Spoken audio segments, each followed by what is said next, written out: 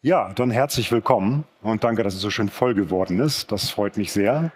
Ist ja auch ein spannendes, interessantes Thema. Deswegen hat mich die High-End Society ja auch eingeladen, weil ich das vorletztes Jahr schon auf der High-End einen Vortrag gehalten habe über Raumakustik.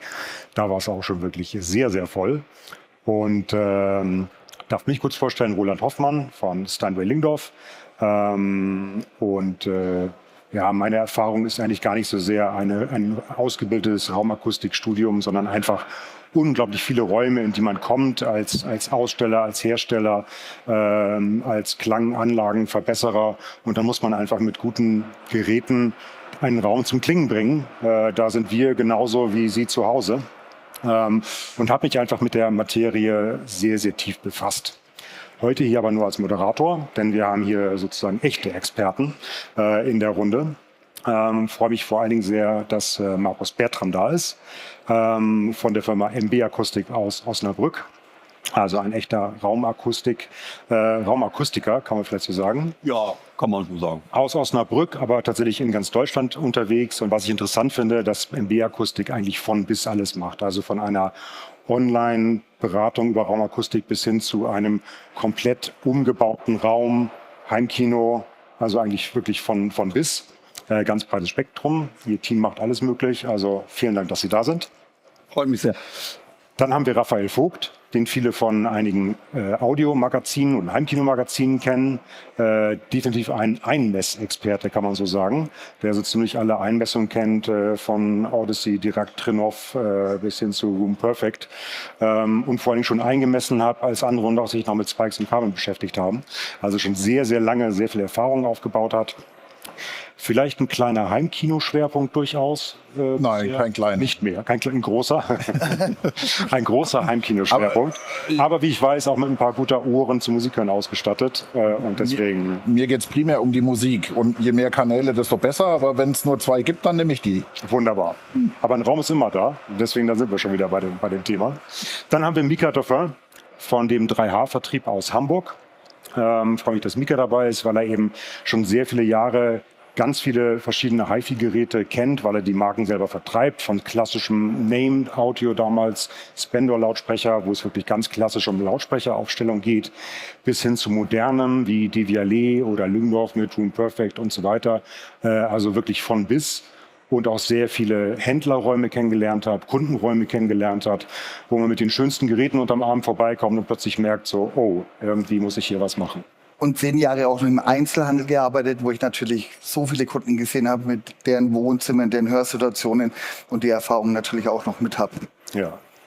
Und ich freue mich sehr, ich hatte, als ich mit der High-End Society besprochen habe, wer so die Expertenrunde ist, wenn ich mir da vorstelle, ich wollte unbedingt einen Fachhändler dabei haben, sozusagen, der ganz nah dran ist an Ihnen und tatsächlich dann auch ja, vor Ort bei den Kunden ist. Und deswegen Alex Giese aus Hannover. Herzlich willkommen. Dankeschön.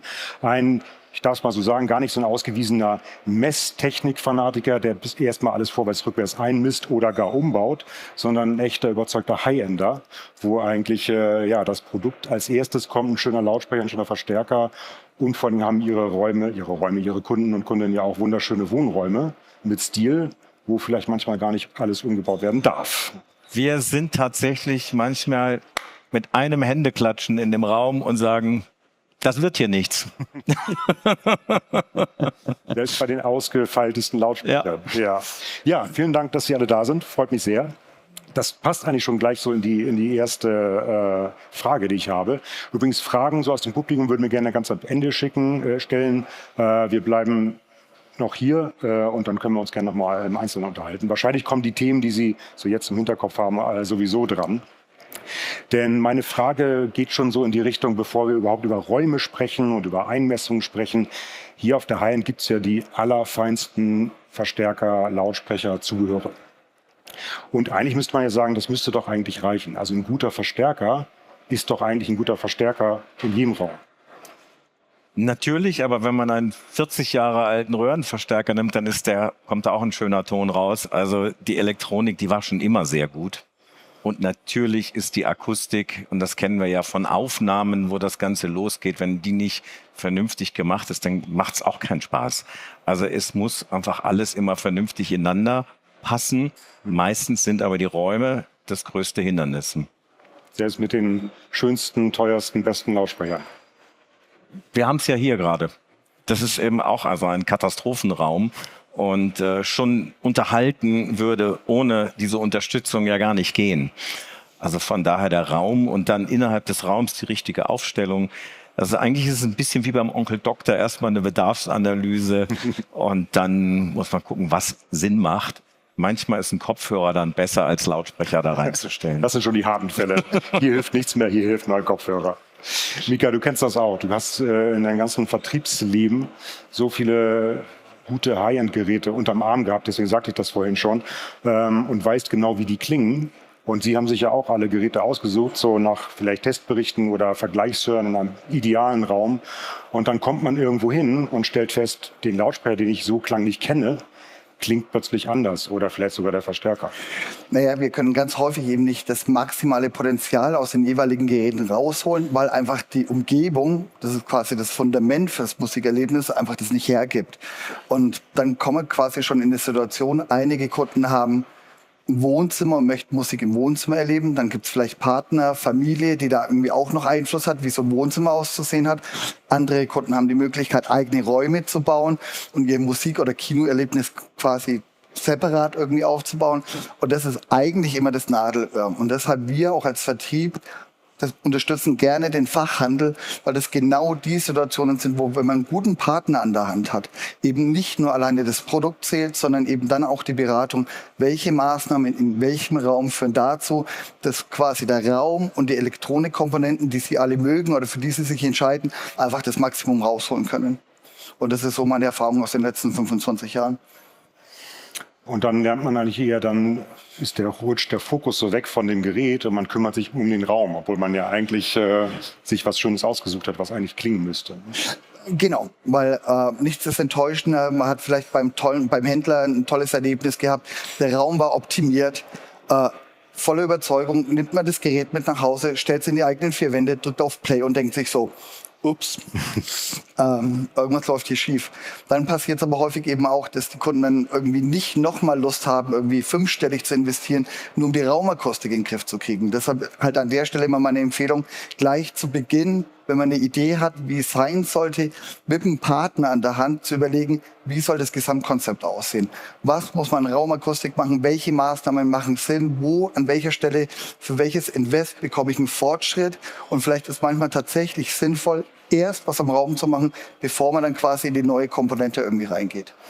Dann gehen wir noch mal einen Schritt tiefer in das Ganze rein. Herr Bertram, öffnen Sie doch für uns mal das Horrorkabinett der Dinge, die in einem Raum schiefgehen können. Also ich habe so ein paar Schlagworte, habe ich einfach mal irgendwie mitgebracht. Die müssen Sie jetzt nicht alle durchgehen und erklären. Schade. Keine Sorge. Schade. Wir haben 45 Minuten. Also ja. Aber das sind Dinge, die hat bestimmt jeder schon mal drüber gelesen oder vielleicht sogar selber gehört im wahrsten Sinne des Wortes. Aber das sind eben ja so noch sehr diffuse Begriffe. Aber ja, öffnen Sie mal das Tür. Was finden wir alles in der Kiste für Probleme, die jemand zu Hause haben kann? Und man muss ja fast sagen, in jedem zu Hause. Ja, da stehen sie alle. Da stehen sie. Jeder Raum, in den ich einen Lautsprecher aufbaue und dann Musik über diesen Lautsprecher höre, hat jeder Raum Einfluss darauf, wie es klingt, auf das Hörerlebnis. Immer. Also wenn ich den Einfluss des Raumes komplett negieren wollen würde, dann wäre ich bei einem Messraum, bei einem reflexionsarmen Raum, da will keiner von uns Musik hören. Das funktioniert nicht. Also habe ich immer den Einfluss eines Raumes. Und die wichtigsten Probleme sind wahrscheinlich erstmal Reflexionen an den Oberflächen. Also der Schall verlässt den Lautsprecher, trifft auf das Ohr, das ist der Direktschall, den ich möchte, trifft aber auch, sagen wir mal, an die Decke und diese Reflexion an der Decke erreicht mein Ohr dann ein paar Millisekunden später. Der rechte Lautsprecher wird an der linken Wand reflektiert, dann habe ich also das Signal, was eigentlich von rechts kommt, ein paar Millisekunden später von links. Dann habe ich Das sind wahrscheinlich die Probleme, die ersten Probleme bei der Raumakustik, das, was man als erstes bemerkt. Das ist dann eher so im Mittel-Hochtonbereich erstmal angesiedelt. Genau, das ist erstmal im Mittel-Hochtonbereich angesiedelt und das macht bestimmte Effekte. Also zum einen macht es die Orientierung, zerstört es die Orientierung. Wenn ich irgendwie eine Bühne hören möchte oder eine Phantommitte hören möchte, also dass ich ein Instrument wirklich auf einer Bühne dann irgendwie wahrnehmen möchte, dann brauche ich dafür halt eben eine gute Abbildung im Direktschall. Und wenn das, was eben auf dem rechten Monitor kommt, kurz danach von der linken Wand reflektiert wird, dann kommt mein Orientierungssinn durcheinander und dann kann ich das nicht übersetzen, das, was meine Ohren hören, nicht übersetzen in eine Position einer Schallquelle auf einer Bühne. Das wäre so diese ersten frühen Reflexionen, das wäre das erste Stichwort.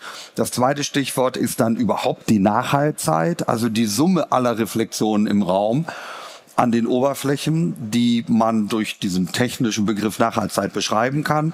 Das führt dann halt eben dazu, dass das zeitliche Verhalten des Klanges einfach verschwimmt und unsauber wird und dass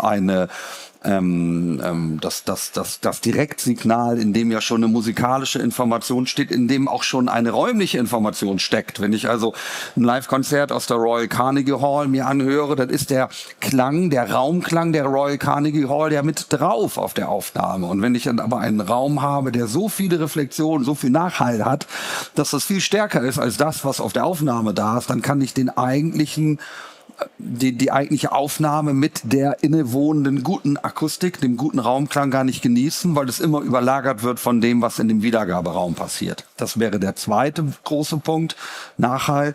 Und der dritte sind die Raumresonanzen, Eigenmoden, stehenden Wellen. Das sind die Effekte, wo der Raum selber anfängt zum Instrument zu werden, wo die Luftsäule im Raum schwingt, genauso wie sie in der Orgelpfeife oder in der Blockflöte die Luftsäule schwingt. Das passiert bei sehr tiefen Frequenzen. Und dann habe ich die sogenannten Eigenmoden, können wir vielleicht gleich noch mal einen Satz drüber verlieren, die das Bassverhalten, das tieffrequente Verhalten eines jeden Raumes eigentlich dominieren. Das ist der Punkt. Das ist eben wirklich jeder Raum. Also ja. Länge, Breite, Tiefe bestimmt zwar, wo diese Frequenz ist, aber es gibt eigentlich keinen Raum, der sie nicht hat. Genau. Und das gilt nicht nur für quaderförmige Räume, also auch wenn ich einen dreieckigen Raum, also einen Dachgeschossraum vielleicht habe oder einen L-förmigen Raum oder wie man das im Tonstudiobereich gerne baut, so einen trapezförmigen Raum, dann hat der auch Eigenmoden. Die liegen ein bisschen woanders, die sind vielleicht etwas mehr verteilt, verschmiert im Raum, aber jeder Raum mit schallharten Oberflächen hat erstmal Resonanzen.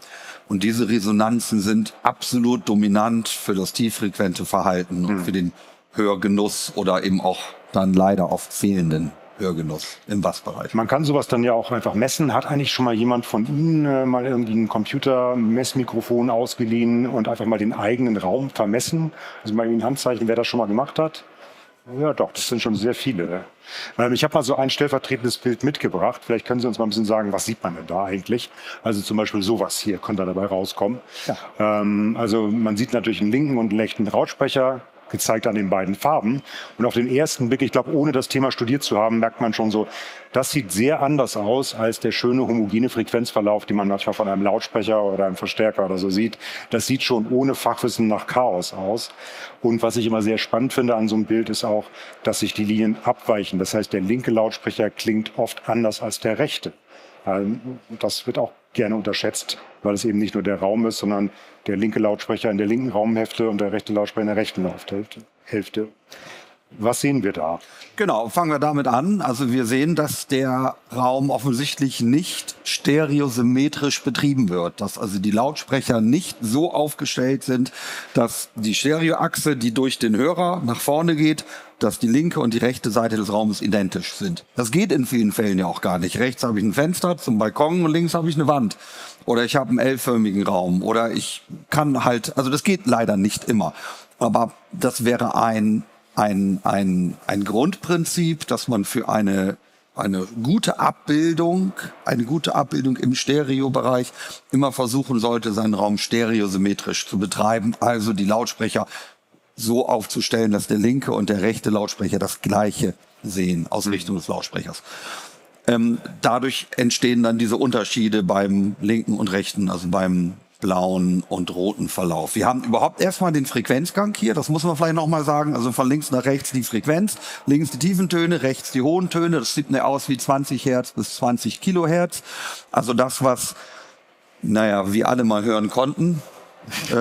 Nach oben, nach rechts hin wird das ein bisschen weniger wichtig mit fortschreitendem Lebensalter, würde ich mal sagen.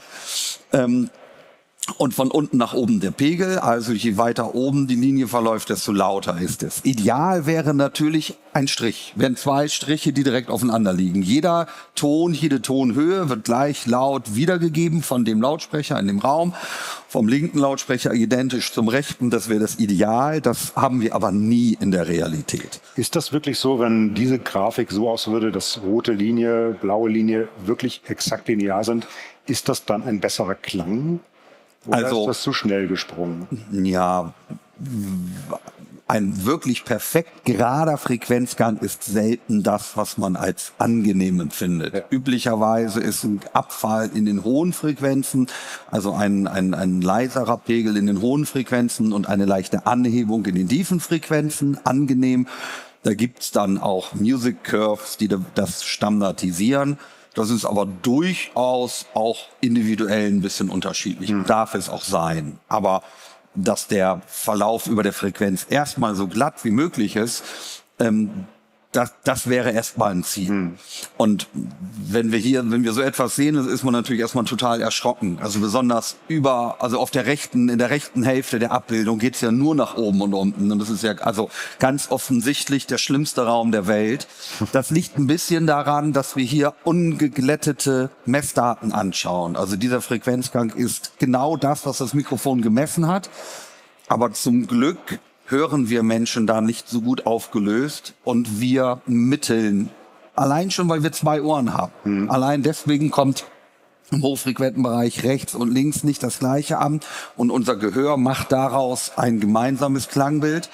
Deswegen ist das, was wir hier sehen, eigentlich nicht die Darstellung, die dem Gehörten unbedingt entspricht, sondern das ist eher das Gemessene. Ich glaube, das ist ganz wichtig, dass man das zwar sieht und auch mal messen kann, aber nicht gleich erschrickt und wirklich alles glattbügelt. Das Thema werden wir nachher nochmal haben, wenn wir über Einmessung reden. Auch da ist nicht immer das Ziel, wirklich alles zu linearisieren, bis zum geht nicht mehr, sondern auch einen gewissen Klang vielleicht zu behalten und nicht alle Senken auch auszubügeln. Aber dazu kommen wir nachher noch. Genau. Ich habe auch noch ein anderes Bild. Oder wollten Sie zu dem starken Senken vielleicht noch was sagen? Was sehen wir da? Sehr gerne, wenn ich darf. Also wenn wir uns das linke Drittel angucken, das kann man vielleicht nicht erkennen von da hinten aus, aber das ist dann so unter 100 oder unter 200 Hertz. Da sehen wir, dass die Unterschiede, also erstmal, dass die Kurven glatter verlaufen.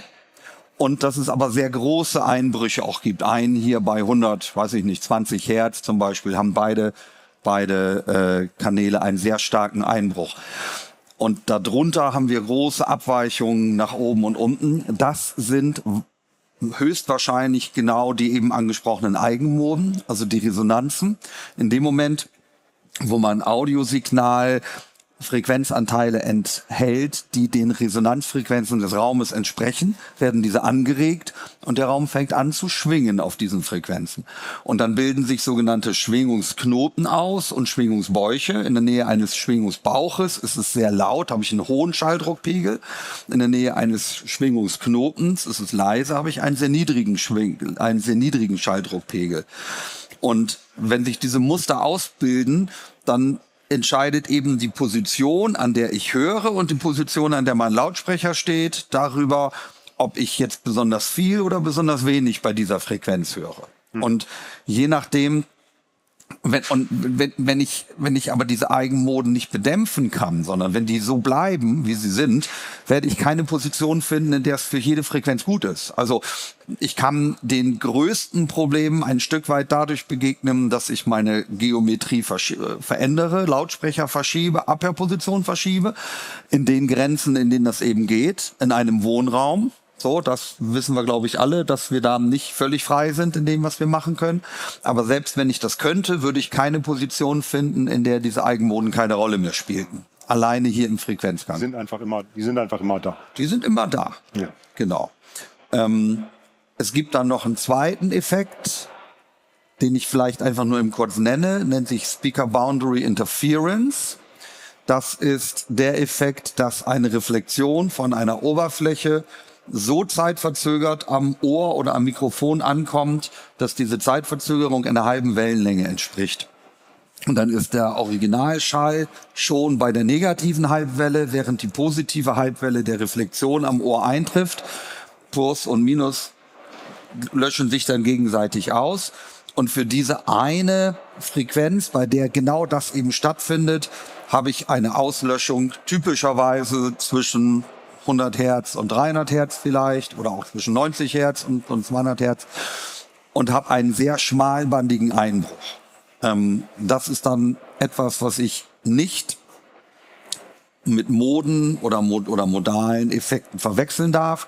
Und das muss ich dementsprechend auch anders behandeln. Das heißt, das ist nicht der Raum oder die Gaumgeometrie, sondern der Lautsprecher mit seinen naheliegenden Wänden rechts dahinter und wahrscheinlich auch der Boden gemeinerweise. Genau. Und da kann man natürlich, das ist so ein bisschen gemein, dass man den Lautsprecher natürlich herumschieben kann und man kommt weiter weg von der Seitenwand und von der Rückwand. Aber es gibt immer einen gewissen Abstand von dem Tieftöner zum Boden und da gibt es auch Auslöschung. Kann ich natürlich rumschieben, wie ich möchte. Man nennt es dann Floor Bounce, dann hat man ein schönes Wort dafür und man klingt klug, wenn man das benutzt, aber es ist genau das Gleiche. Ja. Es ist genau der gleiche Effekt. Es gibt noch ein paar andere Diagramme, die brauchen wir nicht alle im Detail durchgehen, aber es gibt eben immer wieder sehr starke Rechts-Links-Unterschiede.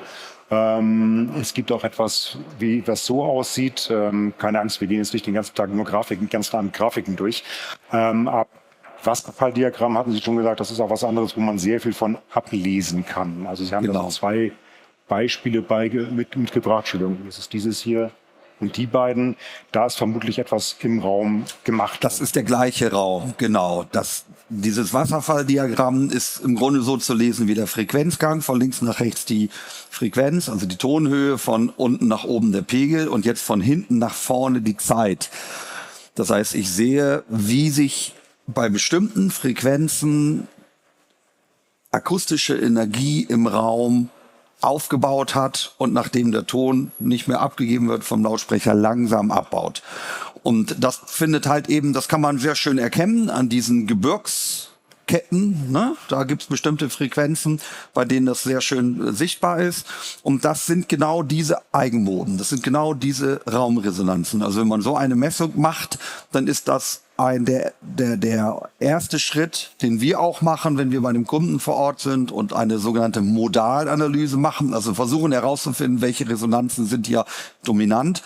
Dann messen wir, gucken uns genau diese Darstellung an und dann haben wir einen sehr guten ersten Hinweis darauf, bei welchen Frequenzen denn wohl Eigenmoden passieren.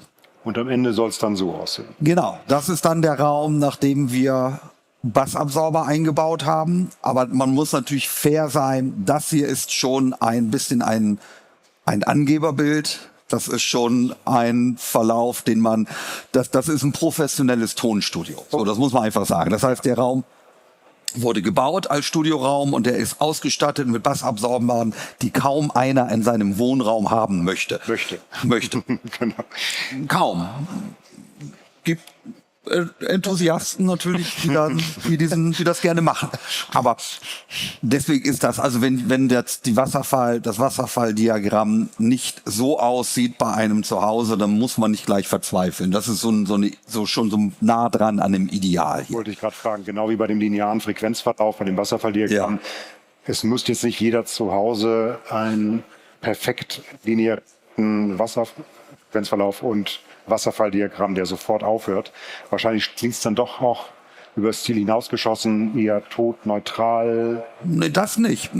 Also wenn man braucht einen Lautsprecher in so einem Raum, der auch genug Energie abstrahlen kann. Also deswegen ist es ja es ist ja nicht so, dass wir als Raumakustiker sagen, HiFi-Technik oder Lautsprechertechnik spielt keine Rolle.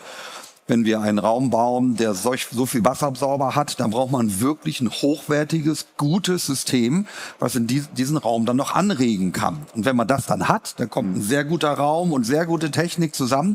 Und dann hat man wirklich ein sehr, sehr hochwertiges auditives Ergebnis hinterher auch. Herr Giese, wie ist das bei Ihnen? Sie haben ja auch schöne Vorführräume, aber sind die alle wirklich dann auch aufs perfekte Ideal ausgemessen oder eher gerade nicht, weil man in dem Raum auch noch Also er soll auch noch gut aussehen und keine Bassfallen und Absorber und Diffusoren haben. Wir haben gerade aufwendig renoviert das letzte Jahr und haben auch solche Rigips-Deckenplatten, die es in dem Modell nicht mehr gab, wie die alten waren, neu gekauft. Und ich habe tatsächlich nicht richtig drauf geachtet, dass da lauter kleine Löcher drin waren. Und konnte mir nicht vorstellen, dass die paar Löcher so viel ausmachen, dass wir ihn jetzt fast etwas überdämpft haben. Ah, ja. Und also gerade eine eigene Erfahrung gemacht, wo ich sage, wenn ich da jetzt in die Hände klatsche und wir uns da unterhalten im Stehen, dann merkt man, dass wir da oben richtig was weggenommen haben. Nur mit den paar Löchern in einer Rigipsplatte. Und von daher, ja, wir haben nie das Ideal. Wir können oder wir wollen im Geschäft natürlich einen guten Ton und den Charakter der Anlage spielen. Und wenn wir dann mit dem Kunden die Fotos von seinen Räumen angucken, dann insistieren wir oft darauf, dass wir sagen, wir müssen das bei Ihnen probestellen. Weil wenn wir den jetzt in lila blassblau für Sie bestellen und der ist dann bestellt, dann müssen Sie den auch kaufen. Ja. Und wir machen lieber eine Woche das Ding hinstellen, in allen Parametern hören und dann, wenn es nicht funktioniert, weiterarbeiten. Und wenn es funktioniert, sind wir froh. Also ausprobieren. Wenn man nicht mit den Dingen, die da vorher drin waren, so ein Parameter hat, wo man sagt, das ist alles schon vom Lautsprecher und seiner Abstrahlcharakteristik und seinem Grundton sehr, sehr ähnlich, nur einfach eine Nummer größer und der Raum verträgt das. Dann braucht man das nicht so machen. Aber wenn jemand da einen 40 Jahre alten Braunlautsprecher hat, der halt untenrum so ein bisschen füllig ist, oben so ein bisschen softer und dieser Charakter, dieser Klangcharakter hat ja den Menschen über 40 Jahre geprägt. Man mag den Lautsprecher. Und er kommt jetzt mit der Erwartung, er kauft für viel Geld was Neues, was vielleicht ein bisschen schöner aussieht. Und das macht das alles noch viel besser. Dann kommt da oft Enttäuschung auf, weil es gibt heute keine Lautnisschaltungen mehr. Es gibt heute diese ganzen Dinge. Und dann sind die Räume im Laufe der Zeit eben auch modernisiert. Früher waren da fette Vorhänge, volle Bücherregale, Teppiche, dicke Sessel. Da waren wir immer schon stark bedämpft durch die Einrichtung. Im positiven Sinne. Genau. Ne? Und das hat alles immer Spaß gemacht, das Musik hören. Und heute haben wir Glasflächen, Steinboden, vielleicht noch mal ein Bild an der Wand, aber sonst ist da nichts mehr drin. Und das ist natürlich eine ganz andere Voraussetzung. Und da muss man, und dann sind die, in diesen Räumen ist man oft gezwungen, leise zu hören. Was schade ist. Weil man sonst das alles anregt in diesem Inferno, was wir da ja eben gesehen haben. Also manchmal verkaufen wir nur einen Subwoofer dazu, damit leise noch ein bisschen Spaß macht. Auch nicht schlecht. Kommen wir mal ein bisschen zu Lösungsvorschlägen. Also eins hat sich schon angedeutet, dass es, bevor man jetzt den Raum umbaut oder gleich alles einmisst, Lautsprecheraufstellung, ganz, ganz klassisch. Und es gibt da tatsächlich auch sehr viele Tipps, die man nachlesen kann oder die man in Videos findet. So 2, 3 habe ich mal rausgesucht, weil die vielleicht ganz gut passen. Zum Beispiel von Steve Guttenberg aus den USA, der hat vor einem Jahr ein schönes Video zu Raumakustik gemacht. Und sein Fazit war eigentlich muss man so weit wie es irgendwie geht weg von der Wand. Und kann ich schon mal schauen, es gibt schon skeptische Blicke, wie das dann aussieht. Oder Jesko Lohan, ein Studioberater, zwar Studioakustik aus Berlin, aber der hatte auch gesagt, also entweder mit den Lautsprechern ganz an die Wand oder 4 Meter weit weg. Und auch das könnte ich bei mir zu Hause nicht so gut einstellen. Ich weiß nicht, wie Ihre Kundinnen und Kunden da so sind. 4 Meter weg ist bei den meisten Räumen wahrscheinlich ein No-Go. Schon zu Ende dann. Ist schon zu Ende. Der Raum ist schon zu Ende. Das kann auch sein. Oder so eine goldene Regel aus dem Studiobereich, 1/3 der Raumlänge. Sowas kann man zu Hause eigentlich gar nicht machen. Oder es gibt auch von Kadas zum Beispiel so eine Formel, wie man das aufstellen kann. Das klingt super, aber die Lautsprecher stehen tatsächlich mitten im Raum. Aber mal aus Ihrer Sicht, obwohl Sie ja gerne den Raum erstmal akustisch auch umbauen, optimieren, wie weit kommt man mit Lautsprecheraufstellung? Weit. In der Regel kommt man weit damit. Es ist so ein bisschen so eine konzeptionelle Frage dabei. Am schönsten ist es natürlich, wenn wir uns so nähern, dass wir zunächst die Diagnose machen, uns wirklich anschauen oder sagen wir mal, und was kann der Raum, also zu einer Befundung kommen. dann in dem Raum etwas verändern dürfen. Da ist sicherlich die Bereitschaft in einem Wohnzimmer anders als in einem Heimkino, als in einem Tonstudio. Und dann zum Schluss, wenn das passiert ist, die optimale Ausstellung ermitteln. Das ist eigentlich die Reihenfolge. Und wenn man jetzt sagt, ich will diesen zweiten Schritt aber momentan gar nicht machen, ich will gar nichts ändern, ich will den Raum jetzt so lassen, wie er ist, dann kann ich natürlich da auch an der Aufstellung experimentieren. Ich bin da bei dem Berliner Kollegen, glaube ich, den Sie zitiert haben, Lautsprecher entweder direkt an die Wand oder 4 Meter weit weg. Und 4 Meter weit weg ist ein Wort. Kann auch 3,50 sein, aber ist trotzdem ein Wort. Also da brauchen wir schon einen großen Raum. Und wenn der keine Akustik hat, dann wird es dann auch nicht gut sein. Also ist es häufig, den direkt an die Wand zu schieben. Warum? Weil diese Speaker Boundary Interference an der Frontwand, also das rückwärtige Abstrahlen des Lautsprechers an die Frontwand, das eben wegfällt, weil der steht ja direkt an der Wand. Dadurch kriegt er mehr Energie im Bass, also bekommt eine stärkere Wirkung bei tiefen Frequenzen, aber eben breitbandig. So, das könnte man auch später noch korrigieren. Oft ist es auch gar nicht schlecht. Das ist wichtig, diese 38% oder ein Drittel Raumlänge-Regel, die ist eigentlich so zu verstehen, dass es für die Abhörpositionen gilt. Also wenn ich meine Lautsprecher an die Frontwand stelle und mich 38%, also bei einem 10 Meter langen Raum 3,80 Meter von der Frontwand entfernt, mich hinsetze, dann habe ich häufig eine Position gefunden, wo die Eigenmoben des Raumes sich weniger drastisch auswirken als an anderen. Aber nur weniger drastisch. Und das ist auch Rule of Thumb. Das kann ich ins Netz schreiben. Das gilt als erste Regel, wenn ich nichts weiter weiß über den Raum. Wenn ich aber was weiß über den Raum, wenn ich eine Modalanalyse gemacht habe oder wenn ich selber den Raum gemessen habe, wenn ich herausgefunden habe, die erste und die zweite Längsmode, das ist ganz schlimm, Quermoden sind gar nicht wichtig, weil da habe ich ein Fenster und da habe ich eine Schrankwand, die spielen bei mir gar nicht so eine große Rolle oder was weiß ich, dann kann ich natürlich noch viel präziser damit sein, eine Position zu ermitteln, an der ich in dem bestehenden Modalfeld das am wenigsten beeinträchtigende Ergebnis habe. So Aber das klingt dann schon sehr nach Einmessen doch wieder. Oder geht das auch, kann man erstmal den beiden Uhren vertrauen und schauen, wie weit man kommt? Man kann natürlich, also das muss ja jeder für sich selber beurteilen, ob man den eigenen Ohren vertrauen kann. Ich kann es nicht so gut, ich muss immer messen. Ich kann aber auch nicht nur messen, ich muss auch immer hören. Also für mich ist es ganz wichtig, dass ich immer beides zusammen mache. Ich kann Dinge hören, die ich nicht messe, und ich kann Dinge messen, die ich nicht höre. Und deswegen messen wir, und wir wollen dann auch Erkenntnis haben. Wir wollen also verstehen, warum passiert das so und so an dieser Stelle. Und das ist halt eben Physik. Also da muss man dann auch Bock drauf haben, und da muss man irgendwie sich auch mit auseinandersetzen wollen.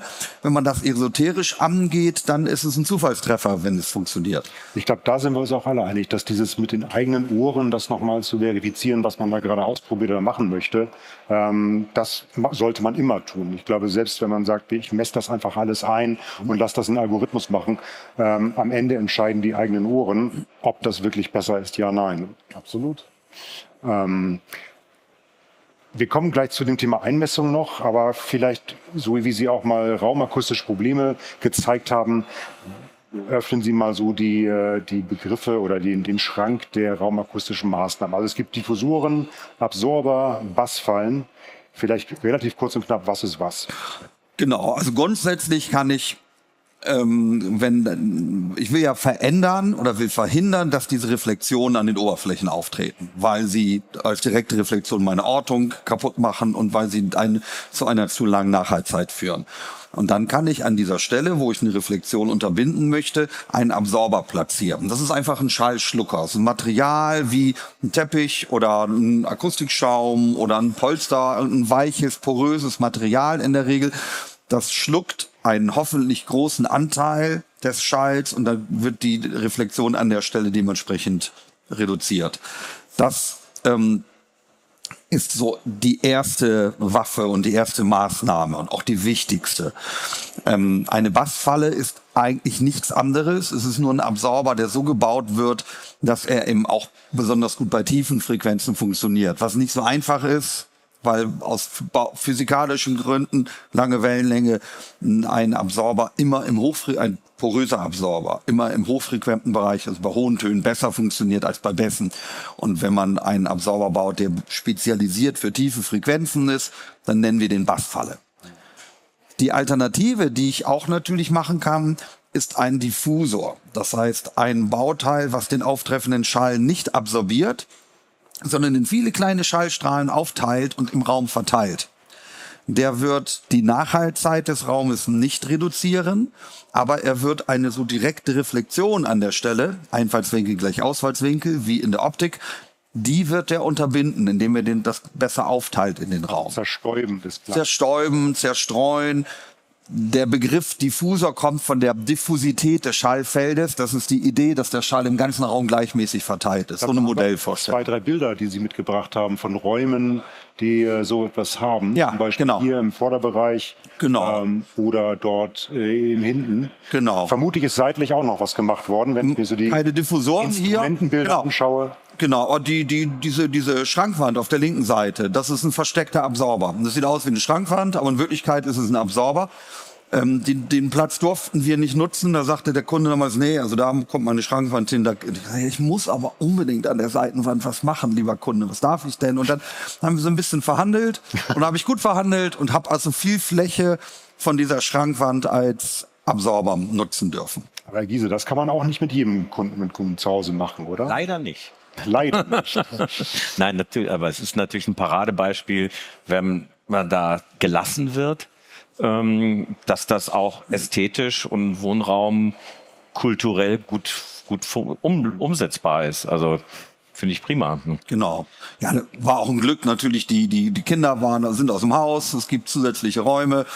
Und es mussten wenig Kompromisse gemacht werden hier in dem Raum. Das ist natürlich nicht immer möglich. Das ist klar. Kompromisse auch was Positives sein. Also wir hatten vorhin schon mal das Ziel linear. Ist so ein idealer Raum, misst der sich dann wirklich neutral oder ist das manchmal gar nicht das Ziel? Kann man als Kunde auch sagen, das ist mir jetzt too much, ich möchte gerne wieder ein bisschen Wärme haben oder mir fehlt hier lebloser Klang, sowas gibt es manchmal auch. Ja, natürlich. Also es gibt eine ganz typische Befürchtung eines HiFi-Kunden, der zu uns kommt, ist, der Satz fällt eigentlich immer. Es soll aber kein Tonstudio werden. Damit verbunden ist die Angst, in einem schalltoten Raum zu sein, der sich unnatürlich anhört und der keinen Spaß mehr macht, wo es keinen Spaß mehr macht, Musik zu hören. Das Herausfinden des wirklich individuellen Geschmacks des Kunden, also was will der wirklich, was will der hören, das ist ein ganz wesentlicher und auch ein sehr schwieriger Teil unserer Arbeit. Weil ich meine, über Gehörtes zu schreiben, da muss man ja nur Fachzeitschriften oder Werbeprospekte von Herstellern aufklappen, dann merkt man, wie schwierig das ist, über irgendwie ein Hörerlebnis zu schreiben. Das ist ja Hanebüchen, aber da tun wir uns sehr schwer. Es gibt eigentlich, also unser Job ist, ich sage mal gerne, wir sind der Anwalt der Physik. Es gibt bestimmte Dinge, die in dem Raum physikalisch passieren, ob man das will oder nicht, aber das passiert und die haben Auswirkungen auf das, was ich hinterher höre in dem Raum. Und unser Job ist es, das dem Kunden zu erklären und ein Gefühl dafür zu erwecken, was das für Auswirkungen haben kann. Und dann entscheiden wir gemeinsam, können wir so viel machen wie hier oder sind es nur die dringendsten Probleme oder wenn der Kunde dann weiß, okay, ich habe auf Bassabsorber verzichtet, weil ich auf der rechten Seite den freien Blick in den Garten haben will. Ich weiß das, aber das tue ich sehenden Auges. Dann ist das eine ganz legitime, tolle und völlig okay Kundenentscheidung. Aber es ist mein Job, vorher den Kunden darauf hinzuweisen, dass es eigentlich besser wäre, wenn er den da hätte. Und so müssen wir uns daran annähern, was eben an gemeinsamer Schnittmenge da ist. Ja. Und wir haben kein fertiges Konzept, das wir immer wieder aus der Schublade holen und immer auf jedes Projekt rüberstülpen, sondern wir müssen uns die Mühe machen. Und das ist ja auch der Grund, weshalb Akustik schwieriger zu verkaufen ist als Produkte. Ich habe einen tollen Plattenspieler, das ist ein toller Plattenspieler in jedem Raum. Ich habe einen tollen Prozessor, das ist in jedem Raum ein toller Prozessor. Aber wenn ich mich um die Raumakustik kümmern muss ich mir den individuellen Raum anschauen und dessen Probleme identifizieren und dann etwas dagegen machen. Das ist immer anstrengender und immer schwieriger zu verkaufen und schwieriger darzustellen als ein Produkt. Aber es lohnt sich dann eben am Ende. Und das Ergebnis ist auch nicht von jedem Projekt immer gleich. Es gibt große Unterschiede und eine große Bandbreite an richtigen, passenden, passgenauen akustischen Lösungen. Obwohl ein bisschen könnte man auch beisteuern oder gegensteuern mit verschiedenen Lautsprechern. Ne? Also es gibt ja auch Hersteller, haben ja meistens doch sehr viele verschiedene Lautsprecher und Größen und 3-Wege, 2-Wege, Stand, kompakt. Ein bisschen kann man, glaube ich, schon manövrieren, indem man den richtigen Lautsprecher auswählt, der in einem Raum vielleicht, bevor man so weit geht und etwas umbaut, verschiedene Lautsprecher auszuprobieren. Ich glaube, bei der Lautsprecherauswahl, und da komme ich noch einmal auf den Punkt zu mit der Linearität, kein Lautsprecher, der hier auf der Messe ist linear. Und das wollen wir alle nicht, sondern jeder von uns will irgendeinen Lautsprecher, der mir persönlich gefällt. Die Aufgabe ist es, den Lautsprecher, der mir persönlich gefällt, in meiner Umgebung so zum Spielen zu kriegen, dass er mir dort gut gefällt. Aufgabe Nummer 1. Und ich bin dabei eigentlich ein Freund, dann auch wieder mit dem Hand einfach zu schauen, so, wie ist meine Wohnraumsituation? Habe ich nur ein Zimmer mit 16 Quadratmeter und will mir da so eine große Wilson mit 1,80 Meter Größe, 3,38 Zoll Besten reinstellen? Das wird technisch nicht funktionieren. Also egal was da kann ich wahrscheinlich Absorber reinpacken bis zum Umfallen. Der Lautsprecher wird mich erschlagen. Und deshalb glaube ich, ist die Herangehensweise immer die, also meine Empfehlung, dass ich schaue, wie ist meine Situation? Was kann ich dort ermöglichen? Wie groß ist mein Raum? Welche Möglichkeiten habe ich überhaupt vom Abstand zur Rückwand zu nehmen? Gibt es Familienmitglieder, die Einfluss nehmen? Also meine 2 Kinder, wenn ich da einen Lautsprecher zu weit von der Rückwand nehme, die zerstören den an einem Wochenende. Der ist einfach weg. Also ich habe früher mal so Markierungen am Boden gehabt, wo ich dann den Lautsprecher, wenn ich hören wollte, vorgezogen habe und danach wieder hintergezogen habe. Kann man machen. Aber da muss man sich, finde ich, im Vorfeld einfach einig sein oder klar sein, was will ich denn überhaupt erreichen? Und der zweite Punkt, der noch nicht genannt worden ist, wenn ich sage, okay, ich mag die Art des Lautsprechers, dann finde ich immer die erste Basis, ich sollte mich in dem Raum, wo die Anlage spielt, einfach erstmal wohlfühlen. Also auch wenn ich mich unterhalte, sollte ich mich quasi so fühlen, dass ich mich da gerne in einem Raum aufhalte. Hier in dem Raum will ich nicht lang sein. Also schön, dass Sie alle da sind, das ist hier super, aber ich bin dann auch wieder froh, wenn ich in einem normalen Raum bin, der eine normale Akustik hat. Und wir können halt Physik nicht verbieten. Wir können uns da anpassen. Und wir können Tricks nehmen, wir können Akustikmaßnahmen nehmen, um das dann zu verbessern. Aber deshalb würde ich immer gerne von vorne anfangen. Basics first. Wie ist mein Raum? Was ermöglicht der? Ich will mich dort drin wohlfühlen mit den Maßnahmen, die ich habe. Und dann letzten Endes stelle ich meine Lautsprecher auf, bringe die auf den Punkt. Dann kommen, finde ich, genau die Akustikmaßnahmen, die genannt sind, um dieses Tuning letzten Endes hinzubringen. Und dann habe ich hoffentlich am Ende ein Ergebnis, dass ich einfach Spaß habe beim Musik hören oder beim Film schauen. Apropos Physik verbiegen und linearer Frequenzgang, das bringt mich jetzt ein bisschen zum Bereich Einmessen. Das wirkt manchmal so, als ob man mit einem DSP doch die Physik ein bisschen verbiegen kann, weil ich an dem Raum, also mit einer Einmessung, DSP-basiert, eigentlich ja nichts an der Raumakustik ändere. Und trotzdem kann es sein, dass es besser klingt und irgendwie die Physik doch verbogen wirkt. Ja, man kann die Physik tatsächlich überlisten mit den dicksten, fettesten Systemen wie Dirac ART oder mit den speziellen Geschichten im Bass mit dem, was Trinov kann. Aber dann reden wir von Installationen, die sehr schnell, sehr aufwendig und sehr teuer werden. Aber die arbeiten eben mit im Grunde derselben Technik wie ein Kopfhörer mit Umweltgeräuschenunterdrückung, mit dem man eben im Flieger das Rauschen des Fliegers ausschalten kann. Das Invertiertes Signal sozusagen. solche Sachen, das geht. Aber davon reden wir im normalen Einmessen natürlich nicht. Die einfachste Einmessung ist ein Equalizing, also sprich, ich verändere, wie laut bestimmte Tonhöhen sind. Wir haben ja in den Diagrammen anfänglich gesehen, es gab da im Bass Frequenzen, die sind abgesackt und es gab im anderen Kanal an der gleichen Stelle eine Überhöhung. Das sind Dinge, die kann man mit einem Equalizer in Grenzen sehr schnell angleichen, sodass man eben die Balance links-rechts und auch die gesamte tonale Balance ganz gut wieder hinkippen kann. Das geht, wenn man das richtig macht, eben weit über das hinaus, was man mit so den Klangreglern, Höhen, Tiefen tun kann. Das geht analog schon seit Jahrzehnten, das gibt's in digital mittlerweile praktisch in jedem Handy schon, wenn es darum geht, Kopfhörerkurven zu verändern oder sowas. Und die üblichen Systeme, die man für zu Hause dann in Geräten eingebaut hat, wie Room Perfect oder Dirac oder Odyssey oder die Dinge, die dann bei bestimmten Herstellern wie Trinnov mit dem Optimizer drin sind, die sind oftmals sehr, sehr ausgefuchst und die haben den Vorteil, dass sie großenteils automatisch funktionieren. Das heißt nicht, dass das dann immer das perfekte Ergebnis ist, aber das heißt, man kommt 75-90% des Weges, ohne dass man jetzt sich da zu sehr mit beschäftigen. Und sie sind unsichtbar. Das ist natürlich auch noch ein Riesenvorteil. Anschließend, ja, genau. Und die arbeiten auch dann ganz von alleine, da muss ich dann nichts mehr für tun.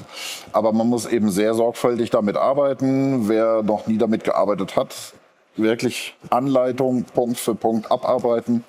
Und man muss sich darüber im Klaren sein, was können die Dinger grundsätzlich und was können sie nicht. Was sie alle nicht können, ist klassischen Raumhall wegzaubern. Das funktioniert nicht. Das funktioniert mit keinem System der Welt. Das heißt auch, dass Dinge, die mit einem akustisch schlecht ausbalancierten Raum, weil er zum Beispiel im Mittelton sehr stark bedämpft ist, in Höhen sehr starken Hall hat, das sind Dinge, die kriege ich mit keinem Equalizer der Welt in den Griff.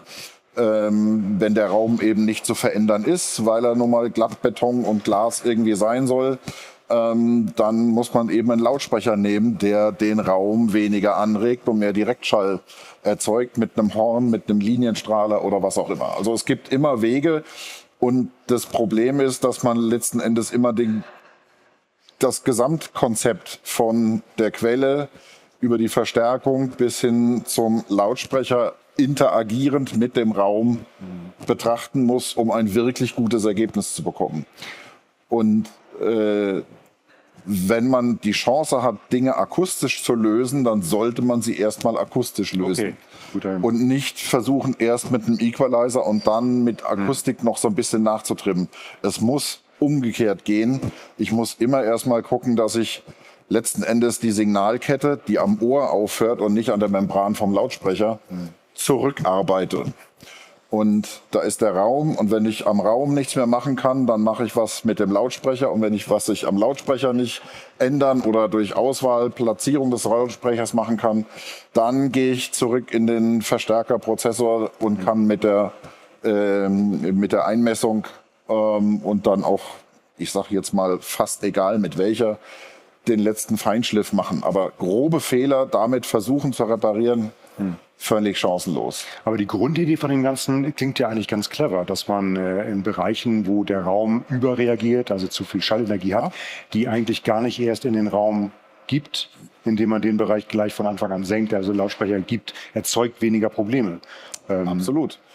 Man muss aber eben auch da, es ist ja vorhin auch schon als Stichwort gefallen, eben sehen, was können die Systeme. Und ich sagte schon, Hall habe ich quasi keinen Einfluss drauf, da kann man nur ganz wenig mit der tonalen Balance was arbeiten. Das ist dann so die Idee Amplitudenfrequenzgang versus Power Response, also Lautsprecher gemeinsam mit dem Raum in Frequenzgang. Und dann bleiben isolierte Dinge über, die man tatsächlich ganz gut in den Griff bekommen kann, wie eben eine Dröhnfrequenz. Wenn ich die reduziere mit einem Equalizer, dann fehlt mir zwar letzten Endes der erste Antritt von der Bassdrum, die in dieser Frequenz vielleicht arbeitet, aber das Wummern ist weg. Und da muss ich dann eben die richtige Balance finden aus, ich nehme ein bisschen Direktschall zurück und die Gesamtenergie stimmt aber, weil das weniger Nachwummern des Raums mir den Rest sozusagen ergänzt. Da kann man viel machen. Auslöschungen, wenn ich da rein verstärke mit dem Equalizer, dann löscht das sich genauso aus. Ich habe noch vorher mehr Energie verbrannt, und meinen Lautsprecher belastet. Und das macht keinen Sinn. Sehr guter Es Ansatz. gibt auch noch ein paar Phänomene, die die meisten einem erst nicht glauben, bis man es mal demonstriert.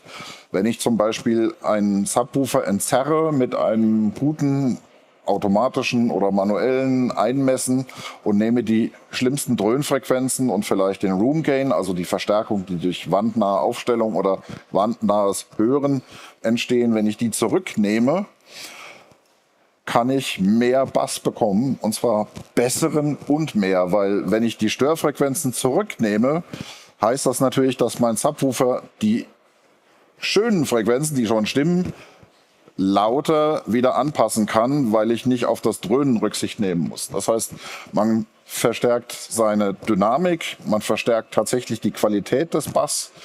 Gerade im Bass lässt sich da eben sehr viel machen, so bis in den Grundton, abhängig von Raumgröße und Dimension. Und wenn das alles dann nicht mehr hilft, dann kommt man an so Stellen, wo man eben dann mit mehr Subwoofern oder cleverer Aufstellung was machen kann. Ein typisches Beispiel, ich hatte mal einen Fall, wo mich jemand zu Hilfe rief, sozusagen, in einer Berliner Altbauwohnung, und der wohnte, stellte sich dann raus, in einem Würfel. Ja, es war so 4 mal 4 mal 4 Meter. Und die Beschwerde war, ich kann den Subwoofer hinschieben, wo ich will, das dröhnt immer. Ja, weil das Dröhnen nichts mit seinem Schieben zu tun hatte, sondern sich zwischen Boden und Decke vor allem aufschaukelte. Und dann war meine Maßnahme, ja, du musst den Subwoofer auf die halbe Raumhöhe kriegen. So, und bist du wahnsinnig? Auf 2 Meter, wie soll der da hinkommen? Ich so, ja, man könnte ihn auf einen Schrank stellen oder unauffällig irgendwo platzieren, verkleiden, was auch immer. Und dann hat er es erst nicht geglaubt. Dann haben wir tatsächlich Möbel gestapelt und da den Subwoofer draufgestellt. Und siehe da, das Dröhnen war drastisch gemildert. Ja? Also die Physik ist da nicht zu überlisten. Und das ist wieder genau so ein Punkt gewesen, wo man sagen muss, bitte erst das, was sich physikalisch machen lässt, mit Aufstellung, Positionierung und dann mit der Elektronik den Feinschliff machen, dann kommt man auf ein wirklich Top-Ergebnis. Hat eigentlich jemand von Ihnen schon mal mit Einmessungen ausprobiert? Also entweder etwas ausgeliehen oder sei es Dirac, Home Perfect, Arc, Odyssey, auch schon mal Handzeichen, die viele schon mitgemacht haben? Oh, sehr viele. Das passt tatsächlich. Es gab bei dem Stereo-Magazin eine Umfrage, ob man sich vorstellt, das ist glaube ich 3 Jahre alt oder 4 Jahre alt, ob man sich vorstellen könnte, eine Anlage digital mit DSP zu optimieren. Und das hat mich sehr überrascht. Also der rote Balken ist, das kann ich mir nicht nur vorstellen, kann ich mir gut vorstellen, habe es noch nicht realisiert. Und der blaue Balken ist, das habe ich schon umgesetzt. Und wenn man sich den roten und den blauen mal anschaut, war das für mich sehr überraschend. Ich glaube, das hätte so vor 5, 6, 7 Jahren noch ganz anders ausgesehen. Also ist es aktuell? 3, 4 Jahre. Ah ja, okay. Und im Kinobereich ist ja Einmessen eigentlich schon immer, kann man fast sagen, gang und gäbe gewesen, um die großen Fronts und die kleinen Surrounds und den mittleren Center irgendwie anzugleichen. Aber im zweikanaligen Stereo-Musikerbereich gab es, glaube ich, lange Jahre große Berührungsängste, eine Anlage einzumessen. Aber ich habe mich dann selber, fand ich positiv überrascht, dass die Musikhörer zu Hause doch sehr offen sind und sie das ja auch schon viel ausprobiert haben. Da gab es natürlich auch ein paar Vorurteile, weil gerade so in den 70ern und 80ern die schlechten grafischen Equalizer, wo man da die tollsten Kurven eingestellt hat, immer so eine schöne Badewanne oder so, das macht natürlich keinen schönen Klang und ist keine Entzerrung. Das ist primär eine geschmackliche Geschichte, die mir auch wunderschön viele Phasendreher erzeugt und den Klang nicht wirklich verbessert. Ja. Und da kommen viele Gerüchte noch her mit, ja, Equalizer, das klingt immer Mist. Das ist aber nicht der Fall.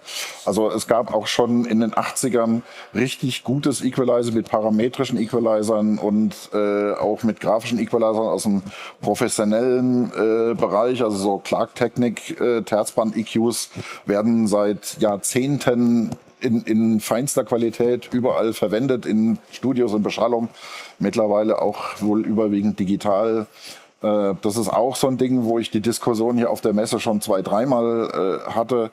Oh, Digitaltechnik, da kann ich doch um Gottes Willen mein Phonosignal nicht mit entzerren. Doch, das Problem ist so viel größer, was ich damit eliminieren kann, als die bösen Bits, die da mein Analogsignal stören könnten. Also bitte, das ist kein feindes Land, wenn man da vom Analogen ins Digitale wechselt. Wir haben noch ein paar Minuten und ich habe noch 1, 2 Fragen, damit Sie auch was zum Mitnehmen haben. Was kann ich machen zu Hause, um überhaupt mal, vielleicht haben Sie einen goldenen Tipp, den man mal ausprobieren sollte, um klanglich weiterzukommen? Und das würde ich ganz gerne von jedem einmal so hören, ob man so eine Sache hat als Tipp für die Zuschauer online und hier.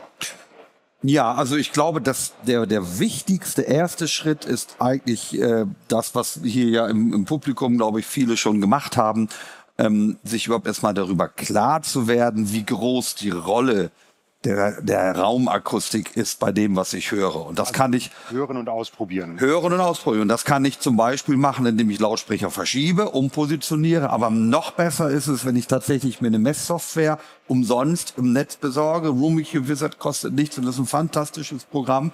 Ich brauche ein kleines Messmikrofon, das gibt's für unter 200 Euro. Da wäre also Budget 0 dann schwierig. Aber wenn ich das machen kann und wenn ich selber ein bisschen messen kann, und dann versuchen kann, das, was ich höre und das, was ich messe, das irgendwie in Einklang zu bringen. Dann habe ich den ersten Schritt gemacht in Richtung, ich kümmere mich selber darum, die Akustik in meinem Raum zu erkennen und dann auch Stückchen für Stückchen zu verbessern. Das finde ich wichtig. Vogt, haben Sie einen guten Tipp, was man zu Hause ausprobieren sollte? Ja, das Thema einer ehrlichen Eigenanalyse ist da ganz wichtig. Also eine Diskussion, die ich gerade vor einer Stunde oder so draußen wieder mitbekommen habe, jede zweite Aufnahme klingt mies. Die Toningenieure haben alle keine Ahnung. Da muss ich sagen, Alarmsignal.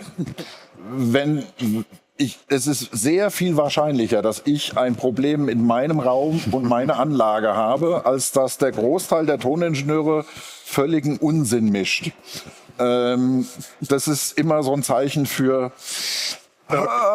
ich habe da ein Problem und ich muss mal gucken, woran das liegt. An anderen. Ja.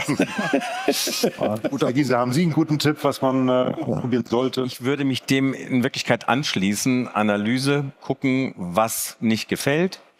Gemeinsam mit Leuten, die da Ahnung haben, drüber reden und dann Dinge ausprobieren, um es zu verbessern. Und das Ausprobieren kostet erstmal noch nichts. Und dann über das Ergebnis reden und schauen, ob es der richtige Weg ist. Und so weiterarbeiten. Und das kostet tatsächlich nichts. Und wenn man dann was kauft, dann wird es hoffentlich so gut, dass man lange glücklich ist damit. Mika, was würdest du machen? Also ich finde ein Tipp, das war ja ganz zu Beginn auch, ist Reflexion. Das wurde auch als erstes genannt. Und was ich halt ganz häufig feststelle, ist, wenn Kunden wirklich schallharte Böden haben.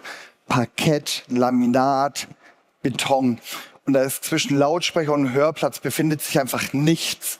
Dann einfach mal dort eine große Decke reinwerfen. Am besten dort, wo wenn ich einen Spiegel auf dem Boden platziere, ich den Hochtöner sehe.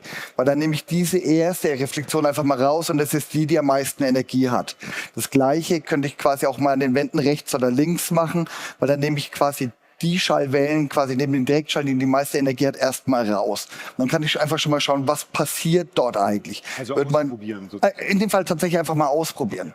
Und ansonsten immer irgendwie, ich mag es immer gern Masse in Zimmer reinzuprobieren, weil Masse einfach ein natürlicher Absorber ist. Also bei mir stehen halt ein paar tausend Schallplatten drinnen und Bücher. Das hilft.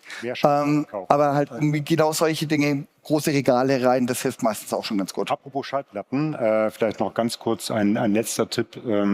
Gibt es einen Musiktitel, wo du, wenn du den hörst, kannst du den Raum schon gut einschätzen? Also wenn man sagt, wenn ich den höre, weiß ich, wo es lang geht. Und zwar, ich habe genau das tatsächlich auch als Schallplatte hier mit dabei. Bei Chord Electronics führen wir Platte vor und es ist extra breit Polizisten. 80er Jahre, 83, so viel zum Thema Studio, macht einen geilen Bass. Und wenn ich weiß, wie das läuft, dann weiß ich, ob ich Spaß habe oder nicht. Super. Herr Giese, haben Sie einen Titel, den Sie immer wieder gerne mal rausholen, wenn Sie vielleicht auch bei Kunden zu Hause sind? Natürlich ganz viele, aber das muss nicht jedem gefallen. Also wenn ich meinen elektronischen Miles Davis höre, den ich natürlich liebe, aber dann laufen alle anderen weg. Aber Sie können damit wahrscheinlich gut einordnen, wie klingt das hier eigentlich, ne? Und darum geht's ja. Ja, und das hängt natürlich auch, und da hat man vorhin nicht so richtig drüber geredet, hängt natürlich auch über die Abstrahlcharakteristik vom Lautsprecher selber ab. Ein Elektrostat, so ein kleiner, der spielt natürlich ganz anders als ein Lautsprecher, der nur Metalltöner drin hat. Also das ist eben ein Punkt, wo der Raum auch einige Dinge gleich ausschließt, die man da reinstellen sollte, weil sie wahrscheinlich mehr nerven als funktionieren. Ja. Ich habe auch einen Titel, den ich oft nehme, muss auch nicht jeder teilen. Das ist tatsächlich eine Aufnahme von Kraftwerk aus diesem neueren 3D-Album. Nicht, weil es wirklich 3D ist, ich höre das in Stereo, aber jeder Sound ist halt so akkurat gemixt worden oder produziert worden, dass ich ziemlich gut unterscheiden kann zwischen was macht der Raum und wie dieser Klang eigentlich klingt. Also jetzt nichts Audiophiles, aber es ist elektronische Sounds sind sehr punktgenau. Da liebe ich natürlich die Yellow-Sachen, weil die halt auch alle so akkurat sind. Die haben auch Bühne und das ist, also die klingen aber eigentlich immer. Da ist auch was dran, da ist auch was dran. Ich hätte vielleicht einen alternativen Tipp. Oh. Geht mal in Konzerte, wo keine PA im Spiel ist, kleine Jazzclubs oder notfalls mal in eine Musikschule und holt euch mal einen Maßstab an den natürlichen Instrumenten. Was macht so ein Marimbaphon? Wie klingt ein Klavier, wenn ich direkt davor stehe oder ein Saxophon? Ich bekomme in Diskussionen hier auf der Messe immer wieder mit, dass Leuten oftmals schlicht der Maßstab fehlt. Wie ist es denn authentisch? Da wird über alles Mögliche gesprochen, wie es klingen sollte. Und wenn man dann nachfragt, haben die noch nie gehört, was das Instrument tatsächlich live leistet oder nicht. Ja. Und was es bedeutet, wirklich Transienten in Form von einer Attacke und sei es nur eine Snare Drum. Also wer noch nie eine Snare Drum aus einem Meter Entfernung gehört hat, der weiß nicht, was Transienten sind. Und wie sie im Raum dann klingen sollte eigentlich. Ne? Herr Bertram, haben Sie einen Lieblingstitel, mit dem Sie in einen Raum gehen und sagen, aha, jetzt weiß ich, was ich empfehlen soll? Ich habe eine ganze Playlist, die ich dann auch so durcharbeite. Und, ne, das, aber ich kann ja den ersten Titel der Playlist nehmen. Das ist Take Six, ist so ein amerikanisches A Cappella Ding. Und den ich immer höre, eine reine Stimmenaufnahme. Genau, das ist eine Stimmenaufnahme, also nur Stimmen. Stimmen helfen mir dabei, einen ersten Eindruck über die Tonalität zu bekommen. Und da ist es so, ich habe 3 Sänger, einer steht in der Mitte, der fängt auch an, dann habe ich eine Idee, habe ich eigentlich eine Phantommitte, habe ich den in der Mitte oder höre ich den über beide Lautsprecher? Der muss da stehen, in einem guten Raum mit guten Lautsprechern kann ich dem die Hand geben und ich sehe oder höre genau, wo der steht. Und dann habe ich links eine Stimme und habe ich rechts eine Stimme und ich höre den linken immer links und den rechten immer rechts. Aber wie scharf ist der umrissen? Ist der da vorne so nebulös oder hat der wirklich eine Position? Das ist eigentlich das Erste, was ich mache. Toller Tipp, das hatte ich noch gar nicht. Eine A-Cappella-Aufnahme finde ich eine gute Idee, dass man wirklich die Ortung im Raum dann hört, bevor zu viele Instrumente dazukommen und noch eine Bassdrum und alles. Genau, das sagt mir nichts über Eigenmoden und man muss noch viele andere Sachen, aber das ist ein guter erster Start. Vielen Dank. Ich glaube, wir könnten noch einen ganzen Tag lang über Raumakustik sprechen. Sie würden wahrscheinlich sogar bleiben und weiter online dabei bleiben, weil es natürlich ein spannendes Thema ist. Aber ich möchte mich ganz herzlich bedanken bei allen Experten. Ich glaube, wir haben viel gelernt. Ich hoffe, Sie haben auch was mitgenommen. Deswegen wollte ich auch unbedingt diese Tipps zum Schluss nochmal mit einbauen, weil nicht jeder kann seinen Raum umbauen, nicht jeder möchte einmessen, nicht jeder möchte sofort neue Anlage kaufen. Also vielen Dank, dass Sie so lange hier auch geblieben sind und auch online dran geblieben sind. Vielen Dank. Ja.